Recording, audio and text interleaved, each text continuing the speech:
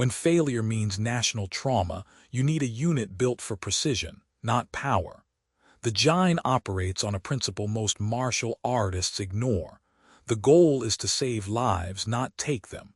Here is how they do it. The GIGN was created in 1974 after two crises exposed France's inability to handle hostage situations.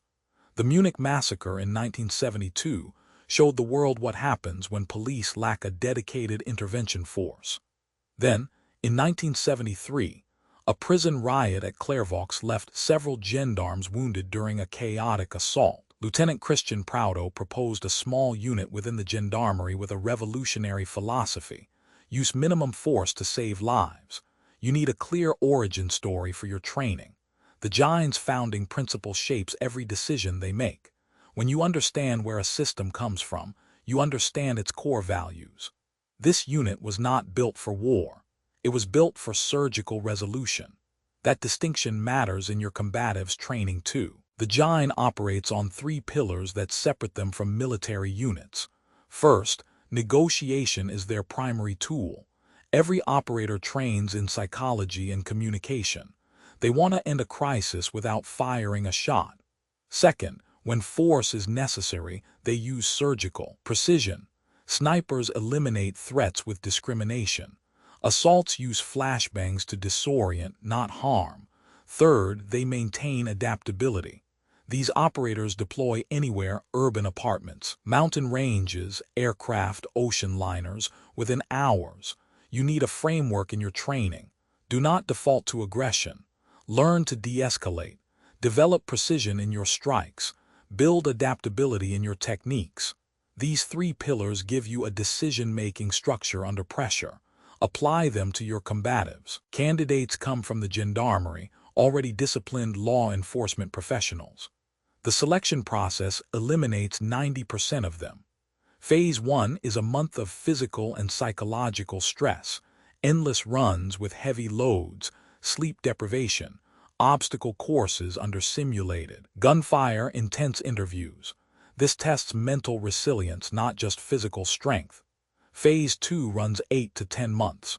You learn instinctive shooting, room clearing, hostage rescue drills, high-altitude parachuting, combat diving, alpine rescue. Training never stops. New operators spend their first year under a tutor. You need this level of commitment to your own development. Do not expect mastery from casual practice. The GIGN proves that excellence demands a crucible.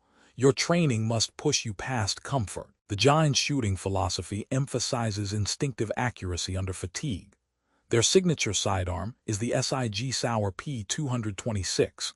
They train with sniper rifles like the PGM Hakate Roman II. Close quarters battle focuses on stealth, explosive entry, and positive threat identification. Every movement is choreographed and timed to seconds. They rehearse in high-fidelity mock-ups of buses, airliners, and buildings. You can apply this same principle to your combatives. Drill your techniques until they become automatic.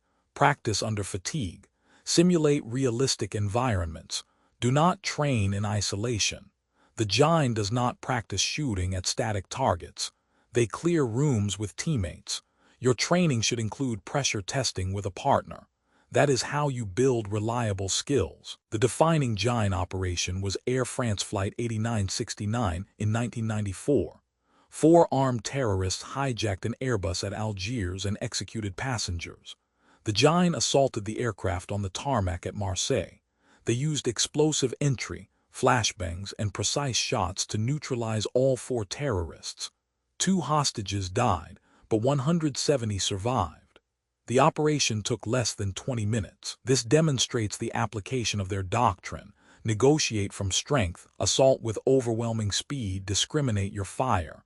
You need a similar decision-making process for self-defense. Assess first. If you must act, commit fully. Use the minimum force necessary to end the threat. Do not overcommit.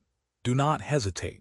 The GIGN shows that controlled aggression saves lives. The GIGN teaches you that excellence comes from philosophy, selection, and relentless training. You need a clear principle: minimum force, maximum precision. You need a selection process that tests your mental toughness. You need continuous training that builds automatic skills under realistic pressure. Apply this to your combatives. Define your core principle. Test yourself regularly. Drill your techniques until they become instinctive. Do not train for aggression. Train for control. The GIGN does not win by overpowering opponents. They win by being more precise, more disciplined, and more adaptable. That is the standard you should hold yourself to in every session. Your goal is not to be the hardest hitter. Your goal is to be the most precise instrument in the room. Train with that purpose.